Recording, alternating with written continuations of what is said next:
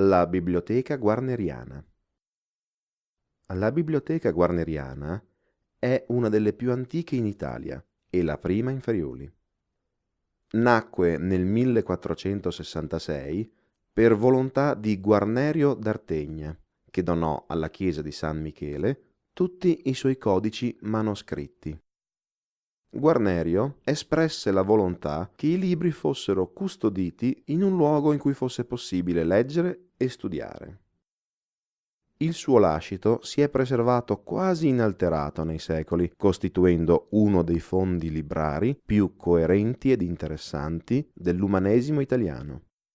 Tra i manoscritti più prestigiosi c'è la cosiddetta Bibbia bizantina, le cui miniature costituiscono una interessante commistione tra elementi occidentali e levantini.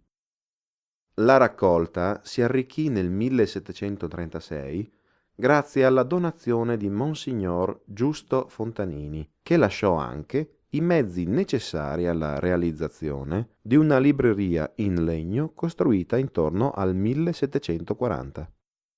Il lascito Fontanini comprendeva, fra l'altro, un codice contenente l'Inferno dantesco.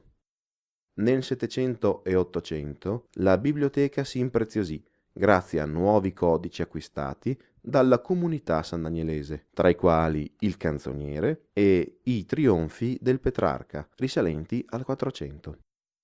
La Guarneriana, nel corso dei secoli, è stata visitata da illustri personaggi come Foscolo, Nievo e Carducci. Nei suoi locali sono conservati l'archivio storico comunale e quello dell'antico ospedale di Sant'Antonio.